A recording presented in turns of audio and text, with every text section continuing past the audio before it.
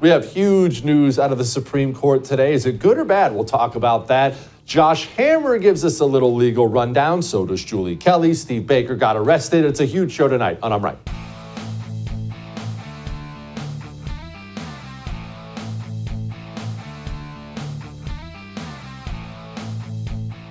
This may be one of those rare occasions when we have either 8 or 9 judges coming together and saying what happened here for a variety of reasons is not right. It's not constitutional.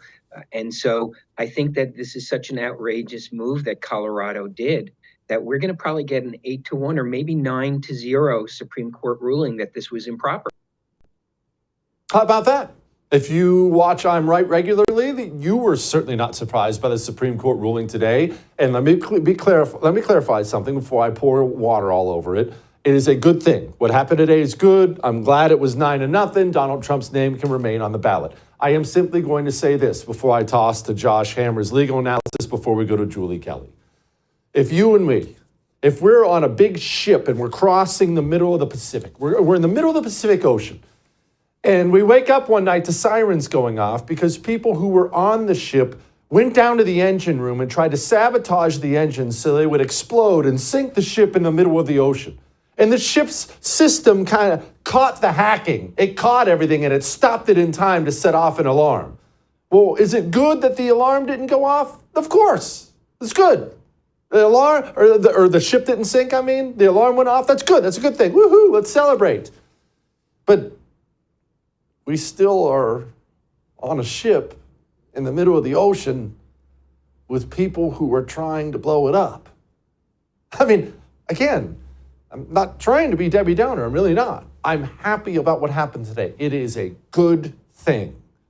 However, removing your opponent's name off the ballot is not a thing that should even be attempted, and it definitely shouldn't be attempted with such legitimacy that it makes it all the way to the desk of the United States Supreme Court. Yes, what happened today was good. Put a smile on your face, no doubt about it. We are on a boat with some very, very dangerous people. Let's remember that, all right? Here was Josh Hammer breaking it down for us. The Supreme Court today, in a unanimous opinion, held that we the people, the very we the people of which the U.S. Constitution's preamble speaks, we actually still are sovereign, at least for today, when it comes to charting our own destiny and selecting our own rulers here in these United States of America. That really is the bottom line from the Trump versus Anderson case today. After oral argument in February, the only question was whether this case was going to be unanimous or 8-1. Was Sonia Sotomayor going to be the solo fiery dissenter? She chose not to do so. It is extraordinarily important that the court has spoken with one unanimous voice here. You can't have various state judges, various state administrative, state officials, state secretaries of state. Heck, you can't have your local dog catcher get out there and just say that, a president of the United States is actually disqualified from office. No, you need specific procedures for how to do so. And what the court said in very legally straightforward fashion today was that Section 5 of the 14th Amendment, the enforcement clause, that is what allows Congress the sole and plenary ability to dictate the procedures, dictate how that is actually going to work. So very, very good stuff today from the United States Supreme Court. They didn't actually have to really go into the various other parts of the argument, the debate over the meaning of so-called officers of the United States, because once you decide that it is not self-executing and that Congress has not spoken, that is the end of the matter. A huge victory, I will finally say this, huge victory for Jonathan Mitchell, Trump's superstar lawyer who argued this case. I know Jonathan personally, former Texas Solicitor General, an outstanding lawyer. Great result for America today. Joining me now to spike the football, I don't know, maybe, who knows, maybe she'll be Debbie Downer like I am about it. Talk about all this is my favorite, Julie Kelly. You need to go subscribe to her Substack, by the way. It's called Declassified. You want to be smarter than all your stupid friends? That's what I like doing. Go subscribe. Julie, okay, it's obviously a good day. 9-0 is a good thing. I'm not denying that. I'd rather I didn't share a country with demons who tried to pull something like this, but we'll take a win. We will, but look, of course, I watch everything that you post on X and Twitter, so I'm way smarter than all my other dumb friends. But you are absolutely right in expressing some cynicism about this order.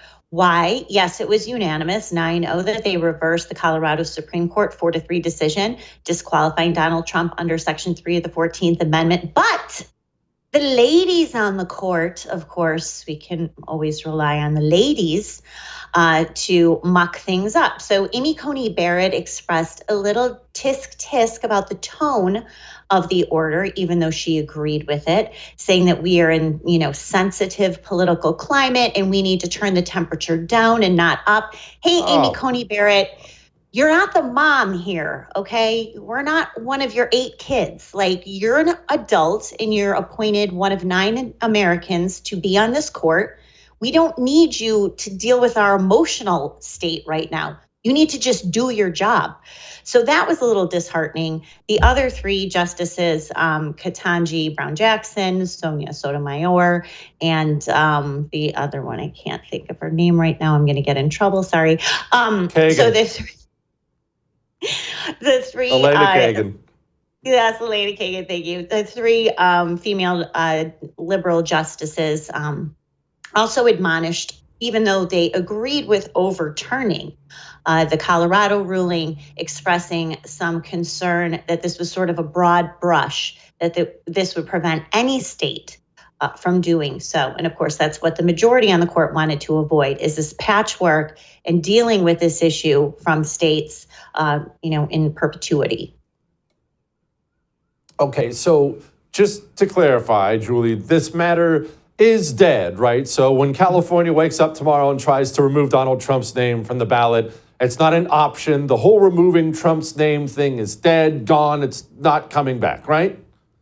Correct. That's exactly it. Okay. And look, they sort of teed up during oral arguments last month what direction they were going. And you could tell that the court was really unanimous in objecting to a state determining on its own. And of course, this is only, 4 out of 3 Democrat justices on the Colorado Supreme Court, just on a whim, deciding what constitutional provisions they could invoke to strip their own residents of voting in a national election. So we could tell during oral arguments, this is what was coming. But again, you had Amy Coney Barrett and the 3 liberal women still having to qualify this so they could keep their, either independent or progressive bona fides on this decision today.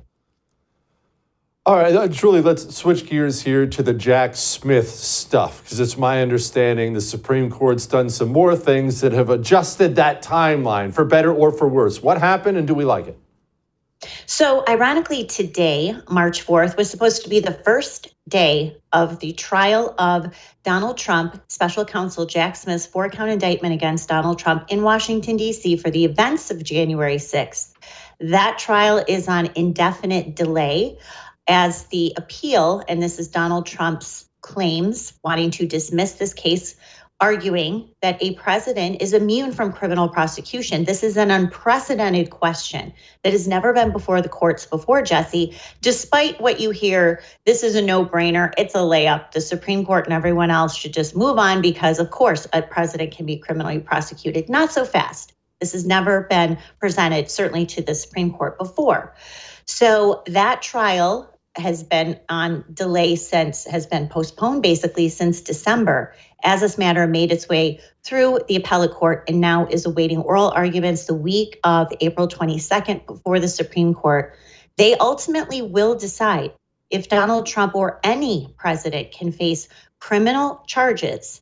And so this is a history-making ruling. We'll see again what happens during those oral arguments, what direction the justices are leaning.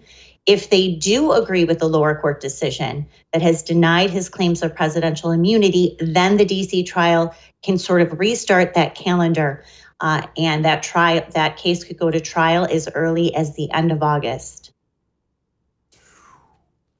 Julie, thank you, ma'am. Appreciate it. Golly, that's a lot, isn't it? Well, there's so many trials and stuff. We need Julie. We got to figure this stuff out. All right. Before we move on, we have to talk to an arrested journalist. We have so much we have to get to.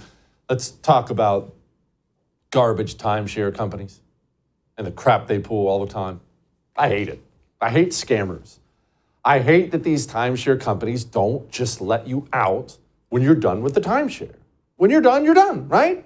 You're done. Whatever reason, kids are gone, can't afford it anymore. You want to give it back. But that's when they drop the other shoe on you and tell you, sorry, you signed the contract. Sorry, you signed the contract and you have to pay your annual fees. Oh, by the way, here's a special assessment for you to pay too.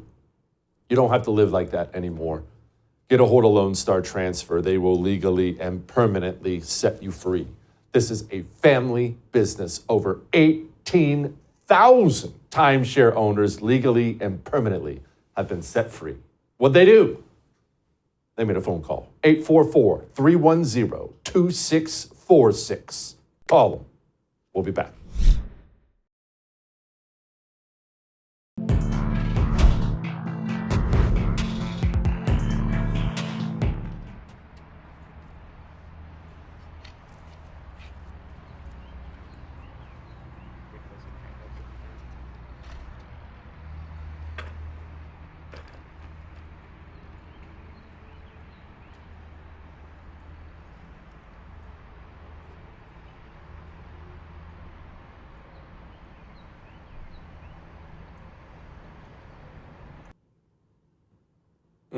I'm glad they were able to apprehend that dangerous criminal without anybody getting hurt, any loss of life. I'm just glad he's off the streets now. Joining me now, investigative journalist, the man who was arrested here in the land of the free. That was actually him on camera for doing journalism, Steve Baker. Steve, I'm glad they got you before you could hurt anyone else. What'd you do to get arrested like that? Well, I did the horrible job or the horrible crime of running a camera and a microphone and interviewing people on January 6th. Oh, okay. Steve, for those who think maybe you're being a little tongue-in-cheek, could you lay out exactly what the charges are? Because you were, I've seen it, you were just there as a journalist, very obviously as a journalist. How do you get charged for that here in the land of the free? Well, the first thing you do is you have to not comport with the approved narrative. So if you submit your stories or your videos to organizations less friendly to the regime, you're likely to be charged, because only about 6 or 8 or so independent journalists have been charged so far for January 6th activity, nonviolent offenses and no property damage offenses. And then by contrast, there's nobody on the left. There's nobody that submitted their stories to the New Yorker or New York Times or BuzzFeed or Vice or anybody like that who has had any charges against them whatsoever, even though there was about 60 of us who went through either an open door or busted window. I went through an open door that several hundred people went in before I did. And that was my crime. Now, you asked me what I'm charged with. I am charged with, first of all, the glorified misdemeanor charge, the entering a restricted space. Then there's 2 subsequent misdemeanor charges that basically are redundant. They say that I used abusive or loud language inside the building, which is completely untrue. And we have all the evidence we need to make that absurd assertion go away. And then the 4th charge is the picketing and parading charge, which of course is again a nonsense charge, because I behaved. I wasn't carrying a flag. I wasn't picketing. I didn't have any picket. I wasn't wearing any Trump gear. I wasn't wearing any political attire whatsoever. The only thing I had with me was a backpack with my tripod and my man on the street microphone and a couple of bottles of water. Steve, I'm not a lawyer. I'm an idiot, so I just want to lay that out there. Can you explain to me, is it customary for the Federal Bureau of Investigation to handcuff a man and frog march him to a car and put him in the back of it for, I believe, I'm not very good at math either, for 3 misdemeanor charges? Is that how things are normally done? Yeah, 4 misdemeanor charges. Actually, what's abnormal beyond the description is the fact that the FBI has never been used as a tool, a weapon, a cudgel by the DOJ in the history of the FBI. And over its 100-year history, it has never investigated, prosecuted, or arrested misdemeanor defendants. But when January 6th came along, immediately following that, not only were they used as a weaponized tool of DOJ to go after and round up those scoundrels that protested on January 6th, or maybe, as I call them, accidentally became a tourist inside the Capitol that day, they began SWAT raiding misdemeanor defendants. We're not talking about the guys that were swinging baseball bats at the cops. We're not talking about people that showed up with a tank of bear spray and sprayed cops down with those chemical irritants. We're talking about people that held up a cell phone, walked into the Capitol for 10 or 15 minutes, took a selfie, or maybe they were an independent journalist working for a Mobile, Alabama television station who came up to the Capitol with all of his professional gear, and he walked through paralleling the New Yorker's Luke Mogelson, capturing much of the same information that Mogelson captured, came out then and returned home to deliver that footage to the television station. Instead, he was met at 6:30 in the morning by a SWAT raid of over 25 agents for 4 misdemeanor charges, with the red dots from their M4 automatic rifles on him, his wife, and his children. Good. That's what the FBI God is have being mercy. used for on misdemeanor defenses. But in my case, they didn't show up. They didn't show up at my home. I've waited for 2.5 years now for those red dots through my bedroom window at 6 o'clock. They did not do that. They allowed me to voluntarily present myself. But instead of issuing me just a simple order to appear with my attorney, I could have walked in wearing a jacket and a tie, stood before the magistrate, heard my charges read to me, heard my restrictions read to me, and then we could have walked out like another felony or a felon did that day, or somebody charged with a felony, I should say. But instead, on my misdemeanor charges, we were given an arrest warrant, which then required me to go, first of all, to the FBI Dallas field office, participate in what you're seeing right there, get patted down, searched down, give up my shoelaces, my belt, my necktie, get the handcuffs put behind me, and then they transferred me to the U.S. Marshals at the federal courthouse, where they put leg chains and belly chains on me and tied my hands to my stomach. Leg chains and belly chains. Be honest, Steve, was there even a moment where it kind of felt kind of cool? You were like one of these convicts from the movies or something like that with leg chains and stuff on. The thing is it was never cool. I thought I was emotional. I thought I was emotionally and psychologically prepared for this moment, because I knew because they had done this other independent journalist that they put in an orange jumpsuit and leg chains and marched him in front of the magistrate, again, for the same 4 misdemeanors, the same nonviolent misdemeanor crimes or charges, and they did the same thing to him. So I anticipated that was happening, so I thought I'd prepare myself until the marshals actually started putting the chains on, and then and look, Jesse, I can't emphasize this enough. I am not by any means ready or prepared or willing in any way, shape, or form to put myself in the position, even remotely comparatively, to what has happened to some of these January 6th defendants who've literally been tortured in this process by the Bureau of Prisons, by the Department of Justice. I'm nowhere near in that category or that class, but I will tell you, there's no reason that they should ever do this to me again or to anybody else for these misdemeanor crimes. I'm hoping that the publicity that we've received out of this situation ends this activity for all time. You think that's why maybe you didn't get the SWAT team, Steve? Do you think the heat we've been turning up on these tyrants, do you think it is affecting them, maybe intimidating them a little bit? There's a lot of cracks in that dam right now. We're seeing challenges in the trials. We're seeing victories, small victories in terms of certain types of charges that are being overturned by appellate courts that are affecting hundreds of cases. We've got a major ruling coming from the Supreme Court this summer on one of the felony charges that affects about 400 different cases of the 1,300 plus now. I think I'm number 1,317, by the way. I just learned that this morning, so I'm thinking about designing a T-shirt line, number 1317.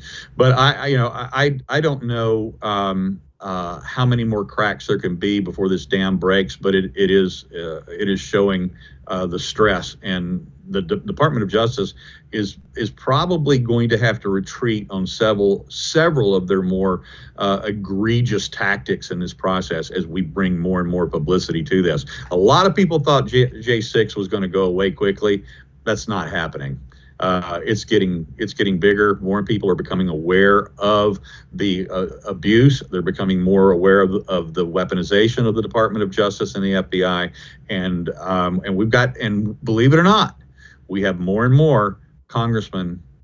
It's still in the background. It's not as out front as we want it to be. But cases just like mine and videos just like what we showed on Friday of them putting me in chains, that is making a difference, and people are crying out for a stop to this. Amen. Blessings to you, Steve. Wish you the best. Hope for you the best. All right. The same people who put Steve in leg irons for doing journalism have opened up the border of the country. We're going to talk about that in a moment. They're also the same people who run our monetary system. As we speak, it's a Monday. As we speak, they're discussing 6 separate, massive bills to be passed through the Congress. We don't have any money left. $34 trillion in debt, interest on the debt greater than our defense spending, and no one's even attempting to cut a dime. It's just print and spend and print and spend and print and spend, just guaranteeing that we're going to drive off that fiscal cliff. Get some gold in your hands. Get some gold in your retirement account. I know you've seen the news about 401ks out there. Time to protect yours. Oxford Gold will get precious metals in your hands. They'll get it in your retirements. They make it easy. They're super laid back. They're my friends. Just tell them you're with me and they'll take care of you, okay? 833-995-GOLD. 833-995-GOLD. We'll be back.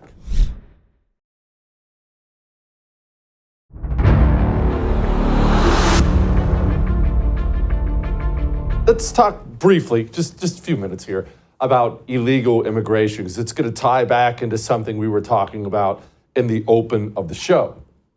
What do we do? How do we handle this? What does it mean for you, for me, for the future of the country that we live with people trying to wreck it? Report came out today. By the end of Biden's first term, let's hope there's only one, but by the end of Biden's first term, 8 million illegals here.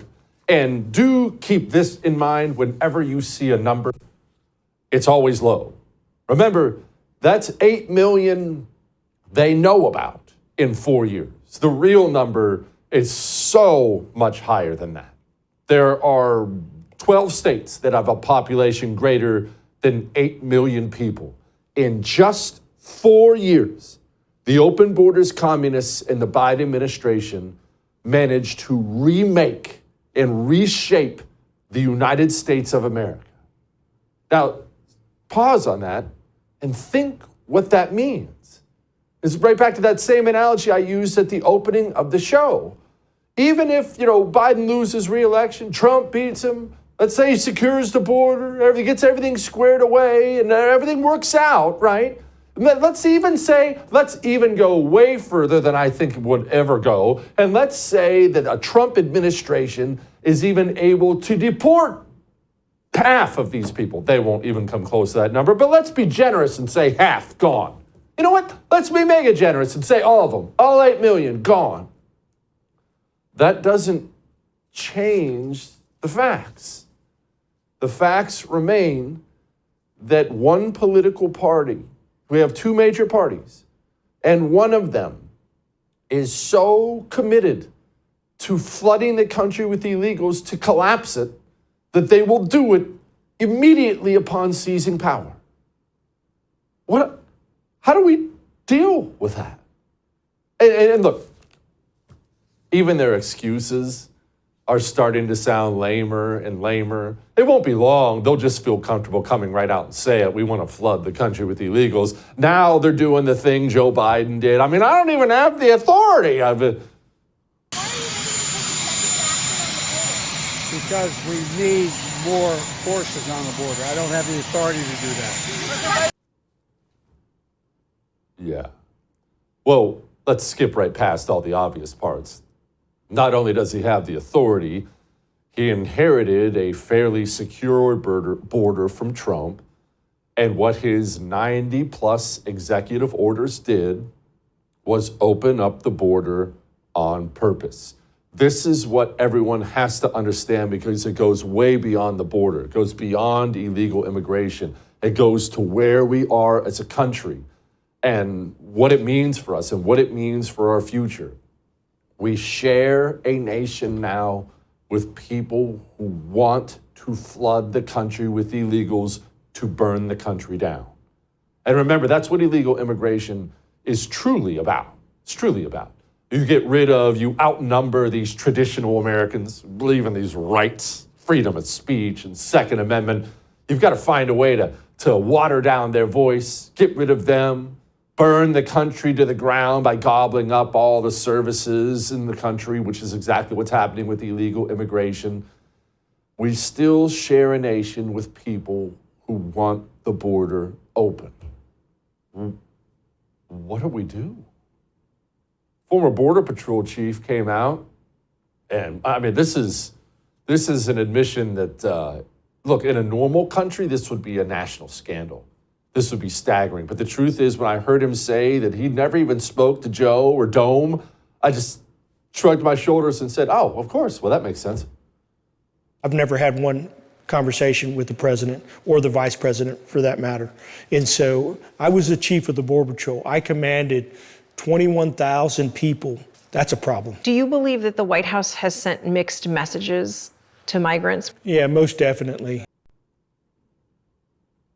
They never even spoke to him. The communists who run this administration simply got in and said, don't worry about it, Papa Joe. We'll keep that border open. Of course, they didn't even speak to him. And obviously, Laken Riley, that young woman, nursing student in Georgia who was murdered by an illegal, she's been in the news a lot, and it's a heartbreaking story. It's awful, isn't it? I just, as a dad, just couldn't imagine sending I don't have a daughter, but sending one of my boys off to college, right? It's supposed to be safe, supposed to be fine in college, and they're going out for a morning jog. And their final moments on this earth were being beaten to death by an illegal. And DHS Secretary Mayorkas won't even commit to deporting that guy. A 22-year-old nursing student, I know you've been following this, Laken Riley in the state of Georgia was murdered allegedly by an undocumented Venezuelan migrant. Should this man have been deported? A few thoughts. First, Margaret, first and foremost, an absolute tragedy, and our hearts break for and our prayers are with the family, number one. Number two, and importantly, as a prosecutor, having prosecuted violent crime and other crimes for 12 years, one individual is responsible for the murder, and that is the murderer. He wants him here. Look, remember, that's half the point of all this. It's not just to water down your vote, water down your values. They understand that these illegals bring in murder, drugs, rape, assaults. They understand the violent crime that comes with the illegals. Please keep in mind, violent crime helps communists seize power. That's why they turned like 20,000 of them loose in the Soviet Union when they were having their revolution. Just opened up the prison for all of them. Why? Go knife people, go rape, go murder. What it does is it destabilizes society. A destabilized society of scared citizens is more likely to hand the communist power to calm things down. It's not that they're okay with the crime illegals bring. That's what they want. really the goal. It's why they go on television and say easily verifiable lives like Veronica Escobar did here.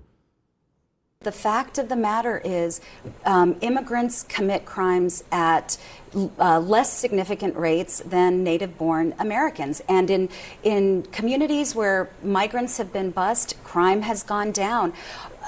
Anyone who commits such a horrific crime absolutely needs to be prosecuted within the full extent of the law.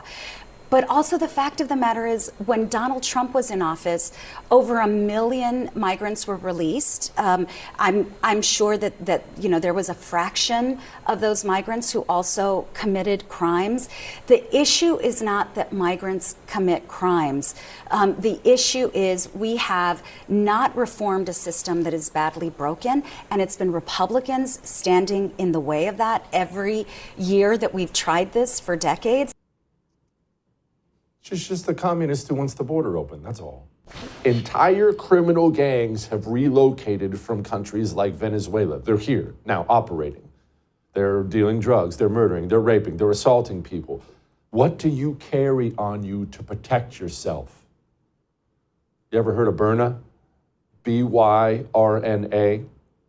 They're the freaking coolest things ever. My boys, my wife, we all live and die for them. It's a non-lethal pistol launcher, and it shoots either pepper balls or tear gas balls, or it shoots these little kinetic rounds, just hard plastic. You don't even have to hit someone with the pepper balls, tear gas. You can shoot the ground in front of them, and it just debilitates them up to 40 minutes. Even if you carry a gun like I do, a non-lethal option is critical these days for everybody. Take your defense seriously and go get some Byrna. Stuff is amazing. SWAT teams around the country use Byrna. BYRNA.com/Jesse saves you a bunch of money. Go geek out on it. You're going to buy everything. I know I did. Byrna.com/Jesse. We'll be back.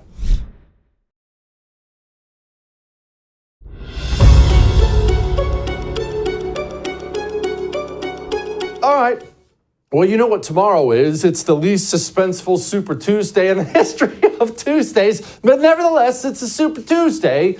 Trump is going up against Nikki Haley. Are we still saying that? I don't know. Let's ask Sean about that. Joining me now, host of the incredible Sean Spicer Show right here on the First TV, Monday through Friday, 7 p.m. Eastern Time. Okay, Sean, before we get into the super suspenseful and highly competitive Super Tuesday, can you explain for the layperson what is Super Tuesday? Why do they even call it that? I know we all just pretend. I don't even know, what is this day? So it actually goes to the party rules. There are certain ways that you have to allocate your delegates, both in terms of timing and proportionality, according to, at least on the Republican side, their rules. And so a lot of states who want to be more relevant, if you will, there's a provision for carve-out states. We've seen those go first: Iowa, New Hampshire, Nevada, and South Carolina. And then this idea of Super Tuesday was states wanted to go earlier. They had to allow their delegates to be awarded proportionally. If you waited till after March 15th, you could make them winner take all. They wanted more states to be part of the process, if you will, but they didn't want there to necessarily have a runaway candidate. So the idea of making them, you could go earlier, but they didn't want to set up the situation so that you would be able to run away with it under most cases. Obviously, for very different reasons, that's going to happen for Donald Trump tomorrow. Okay, Sean, can you explain to the average person, because I get these emails all the time, I know you do too, why can't all the states just have their primary on the same day? Why is there Iowa and then 3 years before New Hampshire and then Super Tuesday? Why does one state get a say, or why? Well, so let me two things that are important to understand. Up until 1972, the states had nothing to do with this. This was all delegates. Remember, I know this might seem foreign to a lot of folks right now, but political parties are private entities, right? We care about them because there's only two major ones in the United States. Then you've got obviously a bunch of minor candidates, minor parties, the Libertarians, the Green Party, et cetera, et cetera. But at the end of the day, legally speaking, these parties are clubs. They are entities. They get to decide the rules. And after 1972, they started, primaries had previously just been beauty contests to show your political strength. But all the power was rested in the delegates from the states who went to a convention. So why do we not have a one day of voting? Well, for the premier reason is because the parties don't want that to happen. And they're for a myriad of reasons. Number one is you don't want necessarily a national candidate, somebody who comes in maybe has huge name ID, but think about some of the candidates that we've seen, up and down the last few cycles. You want someone to come in, be able to meet the voters. I think about the people that have won Iowa, Rick Santorum, Ted Cruz, Mike Huckabee. They were people that wanted to get to know voters, talk about their ideas, and then see if that campaign could catch fire. So the parties rather, have set up a system that allows candidates to prove that they have ideas to interact with voters rather than just be able to raise a ton of money or be personally wealthy or have high name ID. So that's why they've chosen to do this. But the reason ultimately becomes the parties themselves have the right to dictate the process. Sean, okay, let's get to the boring part, to be honest with you. Tomorrow, there's no suspense here. Nikki Haley just won the only primary she's going to win. It was in Washington, D.C. Surprise, surprise. So there's no suspense for tomorrow night. What are we watching for when it comes to Trump? Whether or not Nikki Haley drops out, frankly, is inconsequential in my mind. But when it comes to Trump, should there be concern that in some of these states, most of these states so far, 30, 40, 50% of Republicans aren't with him yet? I figured that coalition would be building faster, but maybe I'm crazy. Is that something he should be worried about? No, I get asked this a lot by the press. Keep in mind, up until, actually it's through a few states tomorrow, these are what they call open primaries. You think about South Carolina, she actively encouraged Democrats and independents to vote in the primary for her. These people would never vote for Trump. They're Democrats. They just don't have a contest on their side. So pay attention to the amount that votes against Trump and where they're coming from. As I said, she's courting people because there's not a primary or a caucus on the other side that have nothing else to do but go in and vote against Trump. These aren't people that would ever be with him in November.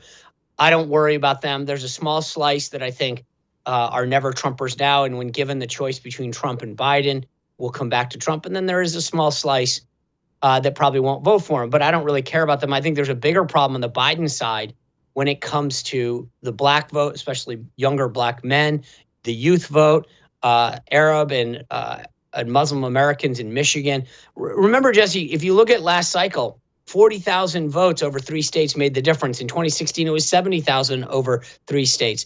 So we're playing on the margins when it comes to electorally winning the Electoral College, getting to 270. But let me go to the other point that you made. What are we looking for tomorrow? I will tell you how quick the candidates come out tomorrow to claim victory, because it's going to be a long night. But if Trump comes out 8, 9 o'clock, that won't surprise me. If Nikki Haley comes out early and doesn't concede, that's going to be your tell that somehow she thinks that because she won the Washington, D.C. primary, she's got a mandate to continue and she has enough donor money from Never Trumpers to continue. Tomorrow night, that's what we're going to be looking for. How early does Nikki Haley come out? If she comes out early and does not concede, then she plans on dragging this thing out. Sean, could you explain to me what I get out of it if I'm a big left-wing billionaire or maybe one of these right-wing billionaires who really dislikes Trump? What do I get out of blowing my money with Nikki Haley? I'm not saying that I have to become a Trump fan, but I'm a rich guy. I'm not talking about me, but I'm a rich guy. How do I gain anything by throwing away $1 million, right? These guys didn't get that way by throwing away $1 million. What do they gain? Yeah, it's a great question you're asking, because I keep thinking to myself, how rich would I have to be? And I'm a pretty cheap guy, where I would give $100 or $1,000 on an effort that wasn't going anywhere. The answer to your question, the best that I can figure it, at least on the Republican side, are there a lot of these folks want to be able to go tee off with their buddies at the country club and say, I did everything I could to stop Trump. I gave $1 million to Nikki's super PAC. I gave $1 million. To them, this is the way of feeling like they've got a clean conscience when they go to the dinner party or tee off at their country club, and they can tell other liberal friends and their family members, I did my part. Now I can tee off. Sean, let's talk briefly about these changes at the RNC. Obviously, nobody watching is going to shed any tears for Ronna McDaniel being out. Doesn't even matter if you like her personally. Her record is simply abysmal. So now there's going to be changes. It looks like Trump is obviously going to have a heavy hand in those changes. Laura Trump talking about running for key positions and whatnot. And I understand that that's pretty customary. He's the most popular Republican in America. He's also dreadful at choosing personnel, yourself excluded, obviously. Do we want Donald Trump staffing the RNC? I want Trump to secure the border. I don't want him making any staffing decisions. Look, in fairness, it's a good question. Here's what's happening, though. So Ronna is stepping down. And then Michael Whatley, who is the current general counsel and chairman of the North Carolina party. So he's done very well as the chairman of North Carolina, would ascend to become the new chairman. The co-chairman of the party, which largely is the chief surrogate of the party, right? They go out, they help raise money, they help support the efforts of the chairman, would now become Laura Trump. She's the only candidate that would be announced. And then Chris LaCivita, his senior advisor, who's been around D.C. forever. Chris has been a longtime political hand. He worked for Rand Paul in the past. He's got a political firm, been very involved in federal elections for quite some time, will come in. Here's what I would argue. I think that this is sort of, you remember during the first Iraq war, Colin Powell used to have a saying. It was like, I think they called it the pottery barn. You break it, you own it. Right now, in my view, Trump owning the RNC is a good thing. He puts his people in there. If things don't get done, it's no one else's fault. He gets to take charge of the political entity that is responsible for putting the ground game together to helping to raise the additional funds necessary. So he might as well have control over it. That way, in November, he either gets complete credit or owns the problems, right?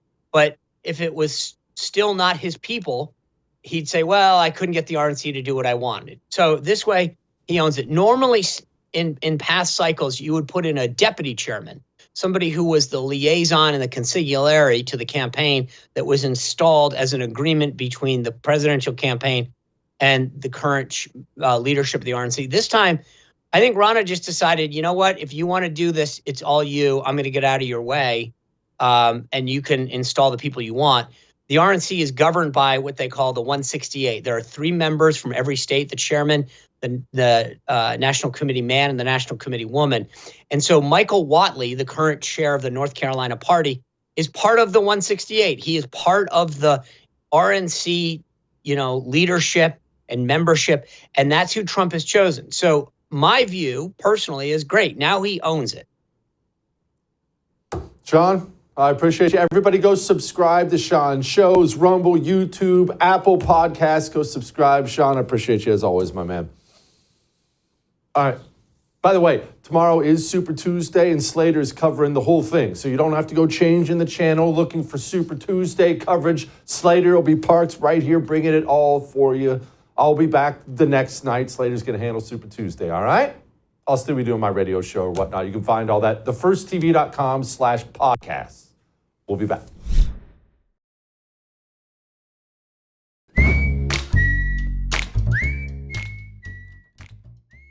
All right, it's time to lighten the mood. And communists being embarrassed always lightens my mood. And there is something about the American communist that is unique.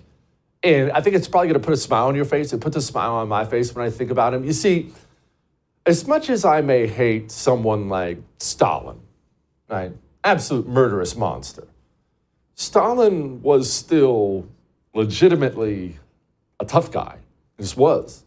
Long before he was the communist dictator of the Soviet Union, Stalin was robbing banks, murdering people, and Stalin was legitimately one of those guys. Mao. I mean, I probably hate Mao more than any human being who's ever lived.